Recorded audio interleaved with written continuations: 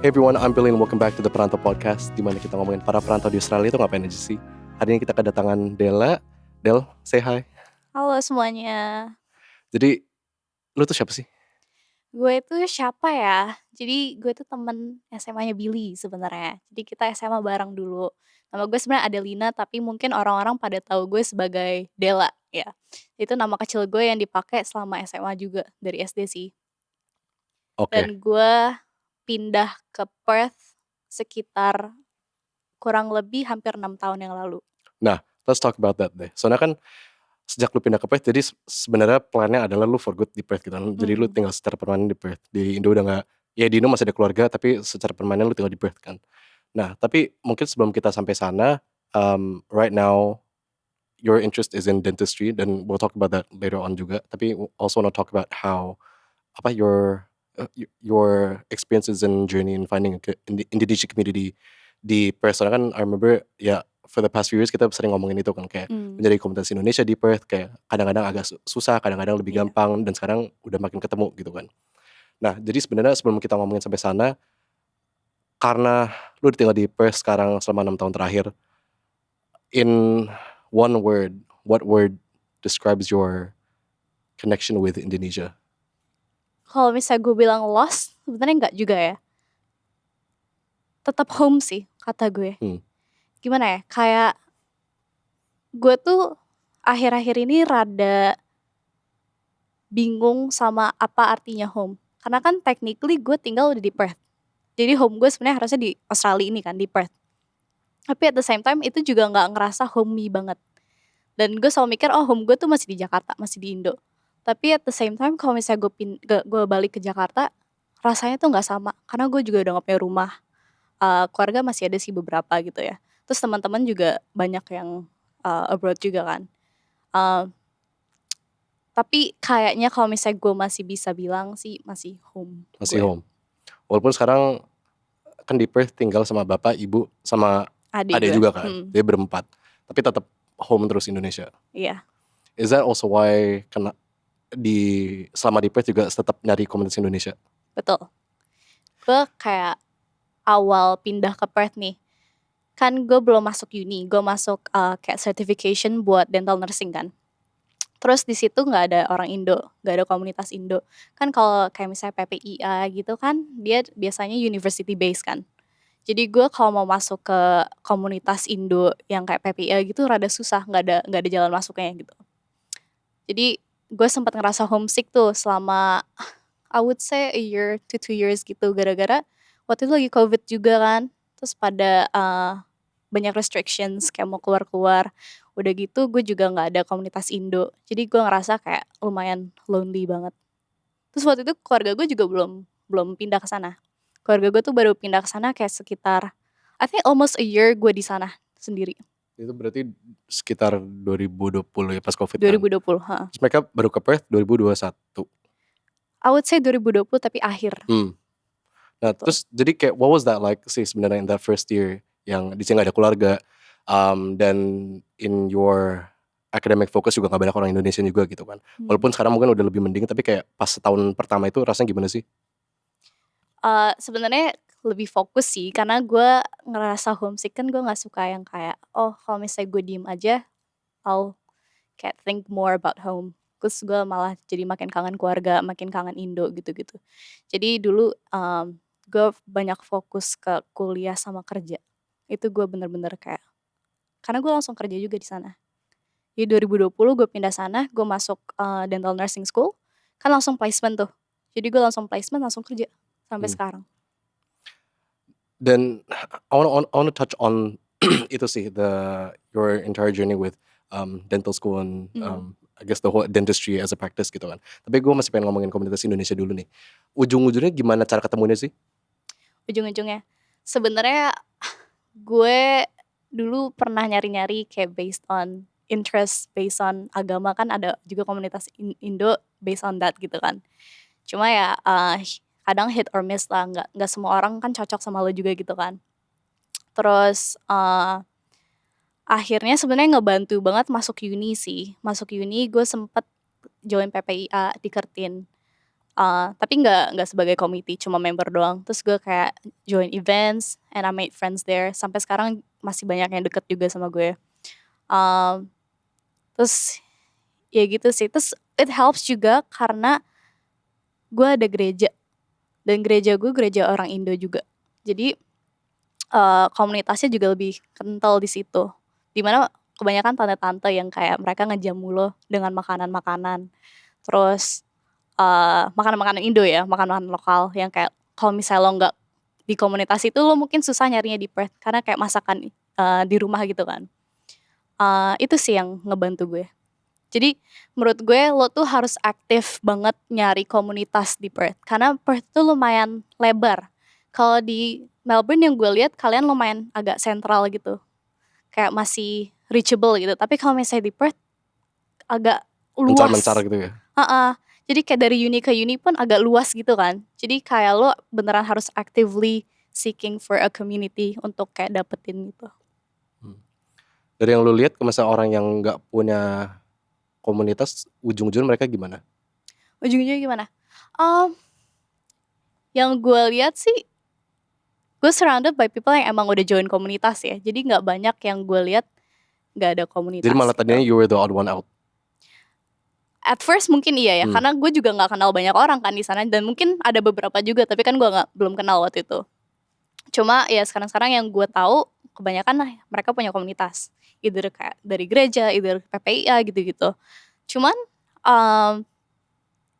ya menurut gue kayak pertemanan di Perth yang Indo-Indo juga lumayan akrab gitu sih. Jadi walaupun mungkin mereka nggak di komunitas yang kayak ada organisasi gitu, tapi mereka masih ada pertemanan lah. Jadi kayak orang Indo biasanya ngumpul juga sama orang Indo gitu. Nah terus sekarang udah a few years in 2025, lo ngerasa apa dampaknya dapat komunitas Indonesia itu di Perth? Dampaknya ya, menurut gue bisa lebih lebih in touch with the culture yang kayak gue grow up in gitu loh. Karena supaya tetap home gitu kan. Tetap home. Tapi gue juga pernah pernah lihat orang lah yang mungkin mereka nggak terlalu in touch sama komunitas Indo gitu ya. Terus mereka lebih mengadopsi culture yang westernized gitu.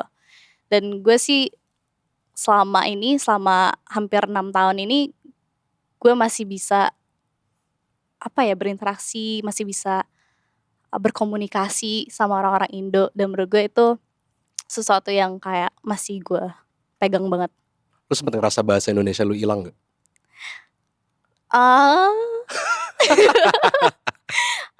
Kalau misalnya gue mau bilang enggak, tapi kalau misalnya ada yang nonton terus kayak Dela bahasa Indonesia lu kadang-kadang kayak agak hancur, oh ya maaf. Tapi menurut gue ya karena kan the first 2 years gue juga ngomongnya bahasa Inggris terus gitu kan, karena gue belum punya banyak banget temen Indo gitu. Terus otak gue tuh emang kayak mikirnya in one language gitu loh, Bill. Jadi selama 2 tahun gue mikirnya in English gitu. Terus tiba-tiba gue dapet banyak teman Indo. Jadi awal-awalnya agak kayak sebenarnya nggak yang kacau banget gitu juga sih. Itu tuh berlebihan kan. Cuman kayak ya gue agak struggling. Kadang grammar gue kayak ngaco gitu. Tapi gue nggak sadar. Terus lu sadar gimana? Temen-temen gue kayak, Del salah. Oh ya maaf. ya udah gitu kan. Kadang belibet gue kalau ngomong. Misalnya? Jangan dicontohin dong. Contohin dong. Tunggu, gue bisa mikir gak ya? Apa ya? Ada satu yang vulgar, tapi kayaknya jangan diomongin sini. Itu yang gue inget soalnya. Nyokap lu nonton lo. Halo mama. Tante. Aduh. Misalnya gue mau ngomong, tuh kan gue udah mulai belibet nih. Gue mau malah gue mau ngomong kekacauan, terus gue bilangnya kayak kekucauan gitu, misalnya gitu. Tapi kayak gue kadang nggak sadar gitu loh. Sampai temen gue ngomong, Del salah. Oh iya gitu. Terus yang bener apa gitu.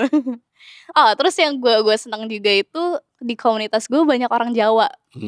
Sementara gue itu orang Jawa Sunda kan. Tapi gue lebih in touch sama culture Sunda gue. Jadi gue growing up emang sering ke Bandung, sering ke Purwakarta. Terus gue juga lebih lancar bahasa Sunda. sebenarnya ya nggak lancar-lancar banget lah. Ayo, Tapi aduh, Tante. nuhun. Sebenarnya nggak lancar-lancar banget, tapi gue masih ngerti kalau misalnya ada orang ngomong gue ngerti. Terus masih ngomong lah masih bisa dikit-dikit gitu. Cuma kalau Jawa tuh gue bener-bener have no idea gitu. Terus dulu pas pertama kali gue kesana, ada tante-tante yang kayak ngomong ke gue tuh bahasa Jawa. Terus gue nggak ngerti kan, jadi gue cuma kayak iya tante gitu. Selama sebulan dia kira gue ngerti bahasa Jawa. Karena lu sopan. Iya. Terus gue takut banget mau bilang tante maaf aku nggak ngerti gitu kan. Terus akhirnya dia nanya, Del kamu sebenarnya ngerti bahasa Jawa gak sih? Terus gue bilang enggak. Ya jadi gitu. Terus jadi gue sekarang lebih belajar bahasa Jawa juga gitu-gitu. Itu menurut gue seru banget. Kita boleh ngomongin family dynamic lu gak? Boleh. Kan bapak lu bule orang sini kan. Ya. Nah, terus adek lu yang blasteran gitu. Nah, menurut lu is there a difference in how you see Indonesianness gitu? Masa dibanding ya orang tua lu satu, kan nyokap lu kan Indo gitu. Nah, lu juga Indo, adek lu yang blasteran, bapak lu bule gitu. Dari berempat kalian itu kayak is there a difference on how you experience Indonesianness di Perth gitu? Di Perth ya. Adek lu ngerasa gak? Adek Soalnya adek gue lu kan tetap sekolah di Indo dulu gitu kan. iya. Gini ya, adek gue dia bahasa Indonesia masih bisa. Cuman males. Karena? Kayak soalnya disuruh mikir kan. Soalnya dia udah kebiasaan Males bahasa mikir. Inggris. Iya, dia kalau misalnya ngomong bahasa Indonesia tuh harus mikir banget, Bil. Jadi kayak kalau misalnya gue sih kalau ngomong bahasa Indonesia sama dia kayak biar ngelatih gitu kan. Tapi dia jawabnya bahasa Inggris. Emang iya ya? Kayaknya gue tiap kali denger lu masa gue teleponan sama lu terus ada adek lu in the background, kayaknya bukannya selalu ngomongin bahasa Inggris. Bahasa Inggris ya? Enggak sih, kayak campur-campur gue ngomong sama dia. Tapi kayak gue biasain ngomong bahasa Indonesia ke dia. Karena gue pengen dia gak lupa juga bahasa Indonesia gitu. Karena menurut gue kalau misal lu ngerti 2 bahasa atau lebih itu tuh suatu kemampuan yang bagus gitu kan. Sementara Keanu tuh adik gue lumayan males gitu kalau misalnya ngomong Indo. Dia kadang suka kayak mikirnya lama juga sih, kasihan juga sih gue gitu kan. Tapi kan masih harus dibiasain kan. Kalau misalnya in terms kayak experiencing Indonesianness di Perth gitu, sebenarnya gimana ya, kalau bokap gue mungkin gak terlalu nge-efek ya, karena bokap gue juga Orang sini gitu kan. Udah gak, ya dia banyak nge-adopsi kayak Indonesian ways, kayak dia lebih kayak lebih Indonesia, kayak dia gak bisa makan tanpa nasi. Wih, mantap. Malahan dari satu keluarga ini yang paling banyak makan nasi tuh bokap gue sama adik gue.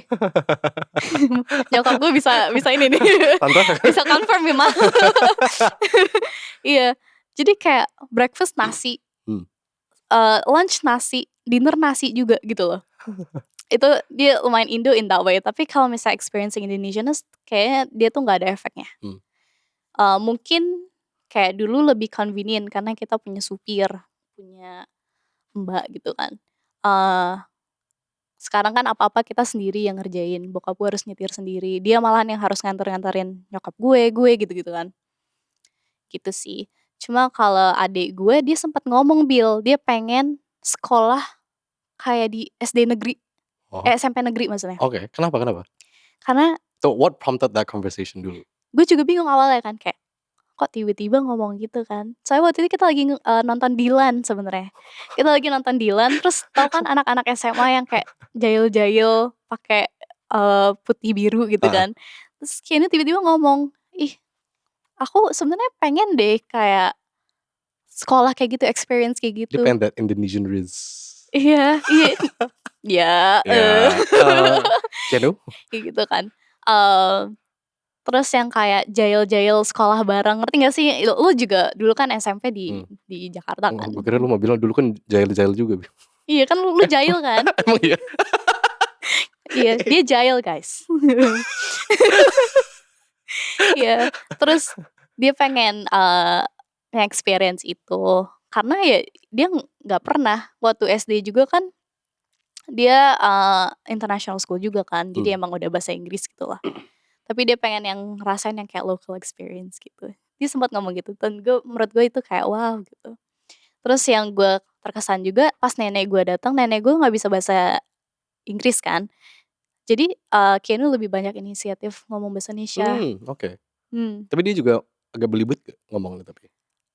Lebih lama. Ngeluarin kata tuh lama dia. Mikir dulu kan soalnya. Terus kadang dia nanya, what's the Indonesian for apa gitu loh. Tapi ya menurut gue kemampuan bahasa Indonesianya agak menurun dari awal dia datang. Karena di sini gak ada lingkungan Indo kan dia kan. Betul. Tapi gak pakai sekolah bahasa Indonesia juga di Perth? Di sekolah ya dia nggak ada sih. Cuma gue tahu beberapa sekolah actually ngadain Indonesian class.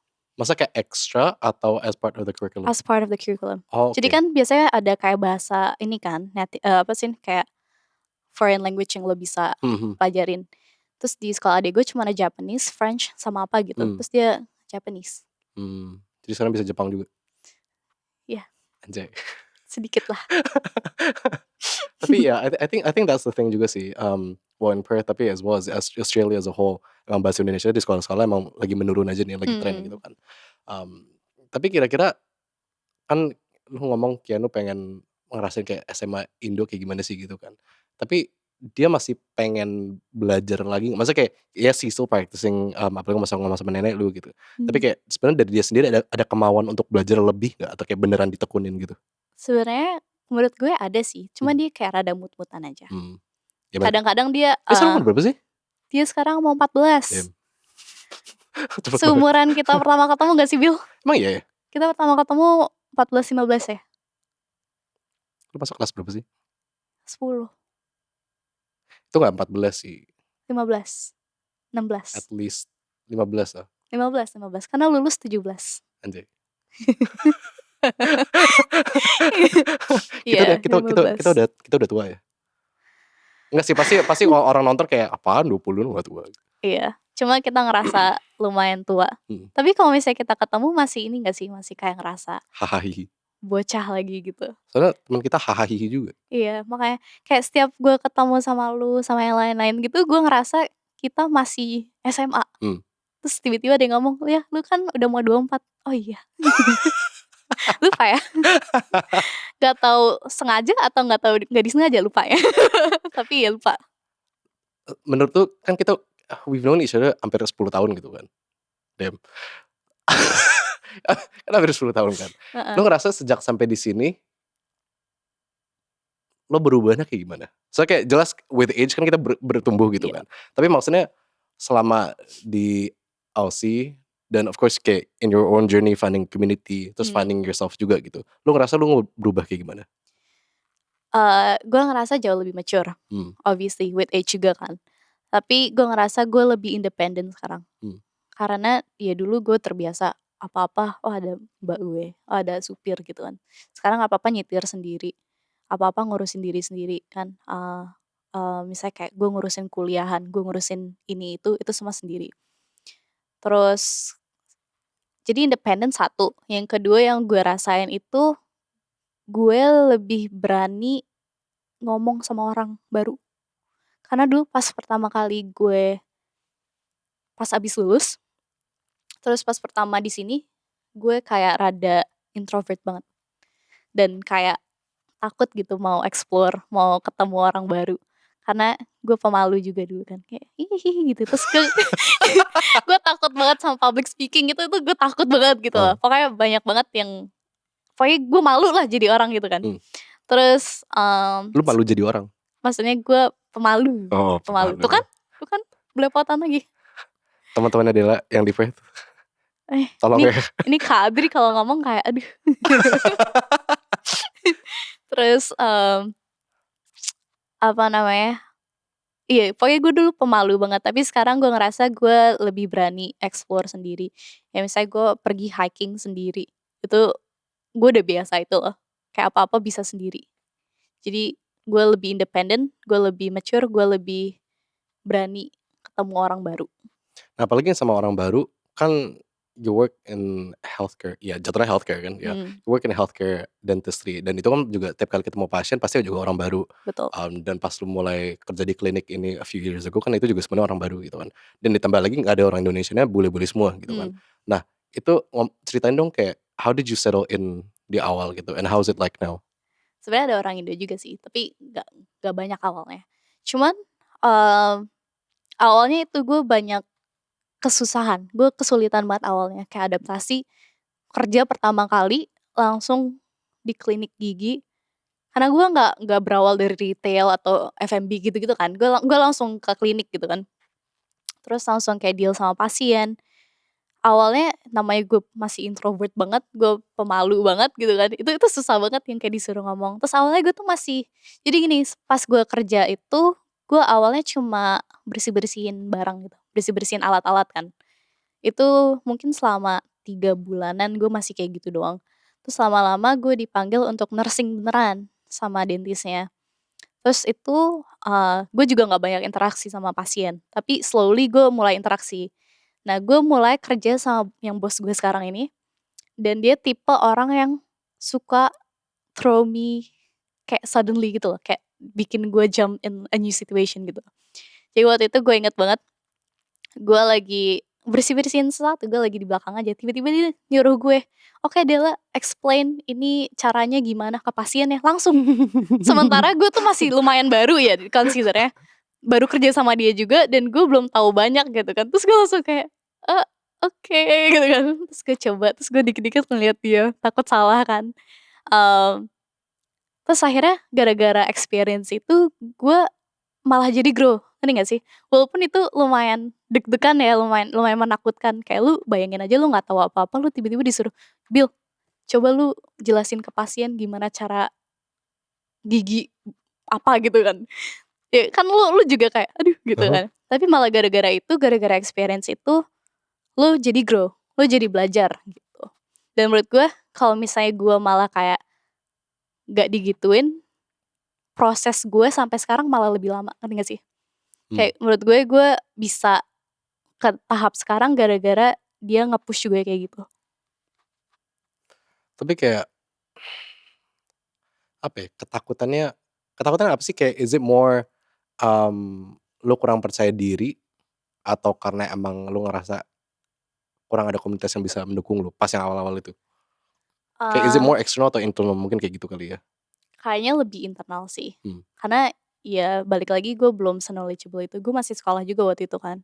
Dan gue baru kerja sama dentist itu juga baru-baru banget gitu. Jadi gue belum confident dengan knowledge yang gue punya, dan gue belum confident ngobrol sama pasien baru juga kan. Namanya juga kayak baru banget. And it doesn't help, kadang gue dapet pasien yang Australian accent-nya tuh thick banget. Jadi kadang dia ngomong, terus gue kayak, "Hah? Contohin kayak gimana kayak gimana? Aduh, masa gue iniin ya? How's how you going, mate?" "Oh, nor clear." Pokoknya kalau misalnya ada beberapa tradie atau orang-orang FIFO yang dateng, tapi Heeh. kayak mereka Australian local banget gitu loh. Mmm. Terus mereka duduk, terus mereka kayak, gitu kan, terus gue kayak, "Sorry." Terus kayak, "Hi," gitu kan, terus gue kayak, "Sorry, can you repeat that?" Gitu. Terus kayak gue nggak ngerti-ngerti.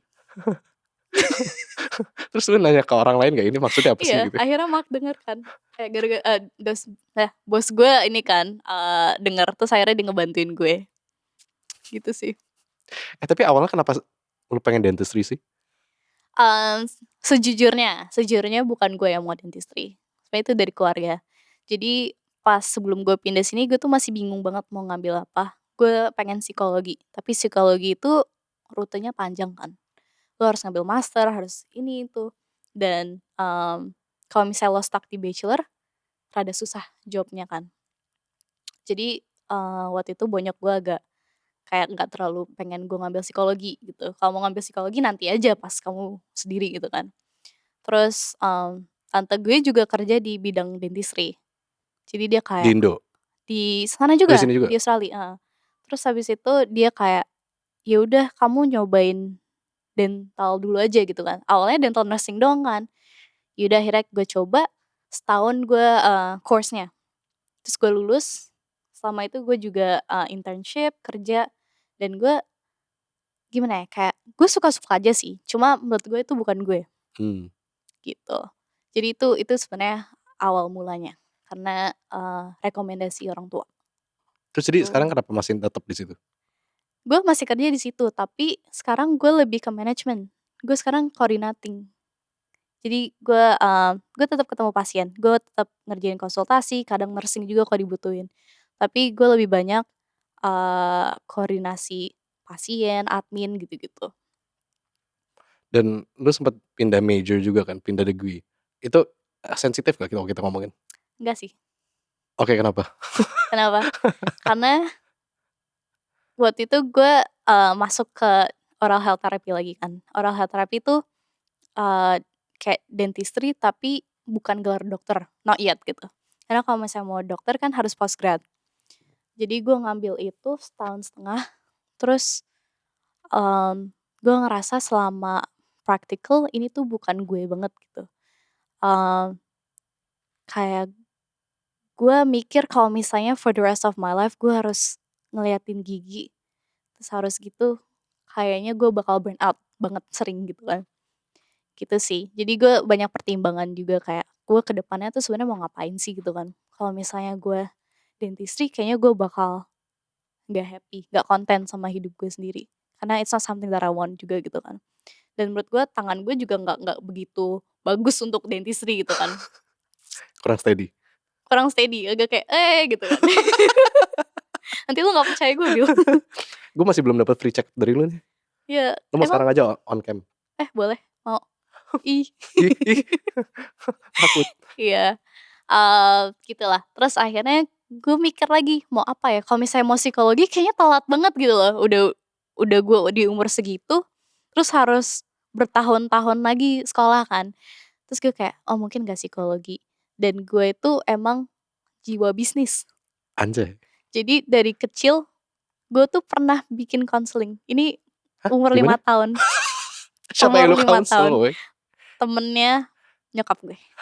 Oke. Jadi pokoknya dia suka ada masalah, terus dia Hmm. suka curhat sama gue. Jadi gue dari kecil gue ngomong tuh paling cepet. Kalau tanya nyokap gue umur 1 tahun udah lancar ngomong gitu loh, pokoknya cepet banget gitu kan. Terus jadi gue emang hangout-nya juga sama tante-tante biasanya gitu kan. Jadi gue lumayan dewasa dulu. Terus tante ini suka curhat ke gue. Terus gue ini prescribe, ada kertasnya sampai sekarang Lu masih ada prescribe kertasnya. apaan umur 5 tahun? Kayak harus sabar. Harus sabar. Kalau misalnya dia ngomong harus didengerin. Gitu-gitu pokoknya. Masih ada kertasnya sampai sekarang. Terus gue ngecas 5.000 Wih. gitu. Jadi gue dari kecil emang udah kayak pembisnis gitu kan. Hmm. Terus gue pernah ke Thailand, temen gue beli mainan, terus gue ikutan kan beli mainan juga. Terus dia beli mainan kayak claw machine atau apa gitu kan. Terus gue beli ini bracelet maker gitu lah. Terus gue jual. Itu pas SD kayaknya gitu. Terus gue kayak mungkin gue ngambil bisnis aja kali ya, karena emang gue lumayan passionate kayak pengen bikin bisnis, gue pengen bikin cafe, gue pengen startup gitu-gitu kan. Terus akhirnya gue pindah ke commerce, tapi gue masih kerja di dentistry. Jadi sekarang gue lebih banyak gabungin healthcare, dentistry sama bisnis. Lu ngerasa apa yang paling seru di itu masa gabungan itu semua? Dari gabungan itu semua bisnisnya sih. Karena ya gue suka banget yang namanya bikin sesuatu, bikin startup itu gue suka banget. Kayak misalnya, tapi ngegabungin sama dentistry juga seru, ngerti gak sih? Kayak misalnya gue mau bikin marketing agency, tapi healthcare fokus gitu loh, sama dentistry fokus. Itu gue lagi on the way lah, gitu. Jadi menurut gue dengan punya skill bisnis, knowledge bisnis, terus gue juga punya knowledge tentang dentistry, itu lumayan ngebantu banget. Lu kedepannya ngelihat bakal stay di Perth terus gak? Atau mungkin kira-kira pindah lagi?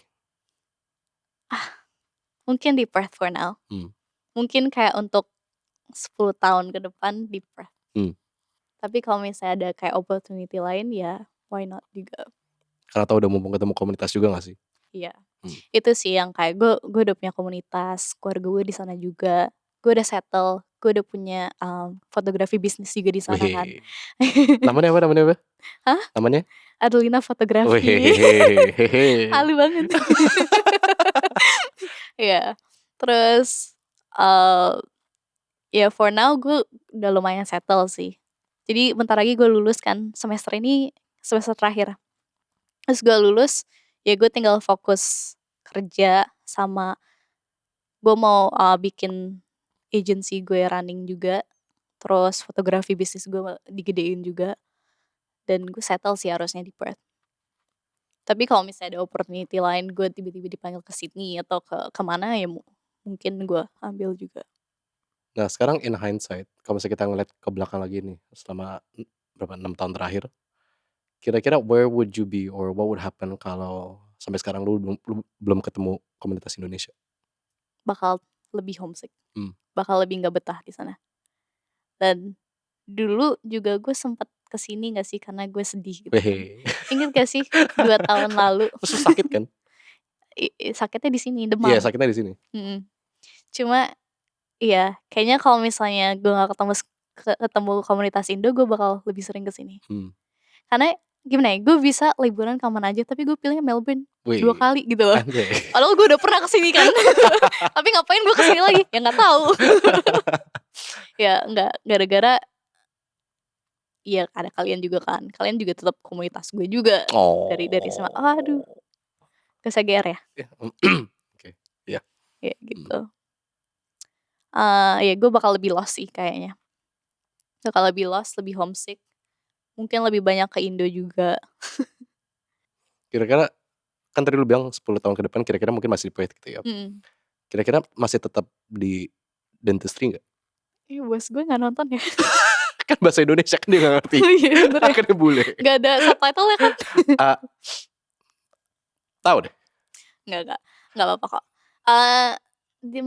Masalah masih di dentistry atau enggak, mungkin kemungkinan kecil masih. Soalnya klinik gue juga lagi expansion. Sekarang gue lagi lumayan megang kayak beberapa hal di expansionnya juga. Jadi ada opportunity gue untuk kayak lebih masukin my business knowledge dan skill di situ kan. Jadi kemarin gue kayak bantuin bikin financial model, gue sebenarnya majornya cuma management sama management sama marketing ya. Tapi tiba-tiba gue disuruh accounting sama finance, kan bingung juga ya. Pakai feeling. Tapi ya pakai feeling lah. Tapi mereka happy aja sih, ya udah. Gitu kan. Jadi di expansion ini mungkin lebih banyak room untuk gue ngasihin my skill in business sih. Jadi kemungkinan gue masih bakal di dental. Dan even so kayak yang tadi gue bilang, gue mau bikin agency tapi niche-nya itu ke dental clinics atau enggak ke healthcare in general. Jadi pasti bakal tetap in relation to dentistry, gue masih bakal kerjanya yang mirip-mirip. Yang berhubungan maksudnya. Nah sekarang to wrap things up ya. Kayak ingat-ingat lagi pas lu dulu baru kesini, ngerasa homesicknya itunya lah gitu, dan sempat lost juga gitu. What would you say to Indonesians yang baru ke Aussie dimanapun itu, yang baru ke Aussie, what would you say to them supaya untuk mencari mungkin diri mereka tapi komunitas juga yang bisa mendukung mereka juga? Menurut gue, don't be afraid of new things. Kayak kalau ada opportunity, ambil aja. Walaupun lo misalnya mikir, oh emang gue enough, emang gue ini, ambil aja. Karena walaupun misalnya lo terjun langsung di tempat yang lo nggak tahu apa-apa, lo malah di situ lo lebih grow-nya lebih cepet.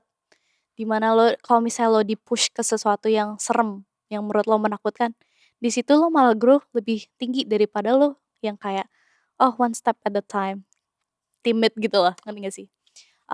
Ya jadi menurut gue harus berani new things, coba new things, berani approach people, berani melakukan apapun yang menyeramkan.